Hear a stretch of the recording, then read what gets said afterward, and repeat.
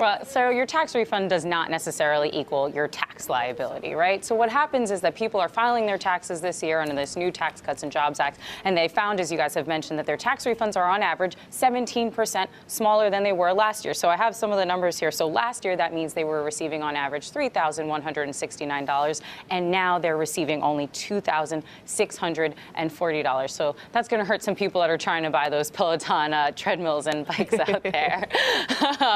But the Tax Policy Center did analysis on this, and they found, look, most Americans actually did receive tax cuts, that essentially reduced their tax liability. But what they didn't do was change their withholdings, which meant that they saw bigger paychecks throughout the year, and now they're getting these smaller refunds, and even sometimes this surprise tax bill. Now, some Senate Democrats are slamming the Treasury Department and the IRS for this fact. And Ron Wyden, he's a Democrat from Oregon, actually wrote in a letter to the IRS saying, and I quote, "Republicans rushed a flawed, deficit-exploding corporate handout through Congress that left middle-class families in the lurch. Unless the IRS acts, millions of hardworking Americans will be forced to pay penalties on a tax bill they didn't see coming." Now, I do have to say here that the Government Accountability Office last summer did warn the IRS and said, look, about 21% of taxpayers, that's 30 million people, are going to be under withholding and potentially facing tax penalties this year. All right, Kristen Myers live in our newsroom.